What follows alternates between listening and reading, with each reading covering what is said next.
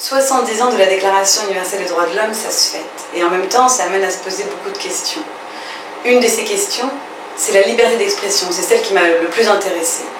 Pourquoi est-ce qu'elle m'a intéressée? Parce que, vous le savez, il y a eu plusieurs affaires.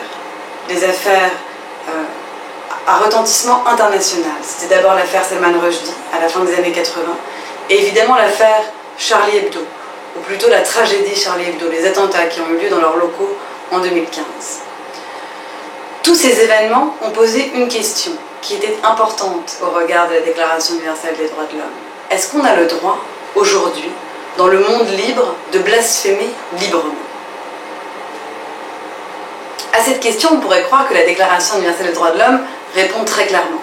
Les articles 18 et 19, qui parlent de la liberté de religion et de la liberté d'expression, d'opinion, de conscience, sont très clairs. Il n'y a pas vraiment de limite à apporter à la liberté d'expression parce que c'est là un droit tout à fait fondamental et important pour la démocratie.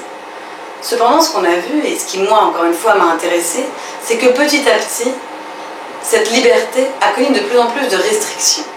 Ces restrictions sont venues du fait que le délit de blasphème, ou plutôt le blasphème en tant que concept, a connu une traduction, un processus de sécularisation. Alors que dans l'ancien monde, le blasphème était compris comme simplement une insulte à la divinité, petit à petit, le blasphème a été de plus en plus compris comme une insulte aux croyants, ou bien comme un potentiel trouble à l'ordre public, ou encore un trouble à la paix civile et religieuse. En pensant bien faire, ceux qui ont opéré ce travail de traduction ont en réalité, on peut le dire, privé nos démocraties d'un travail critique essentiel, qui est celui de ne jamais se reposer sur nos croyances, de toujours interroger non seulement ses propres croyances, mais aussi les croyances des autres.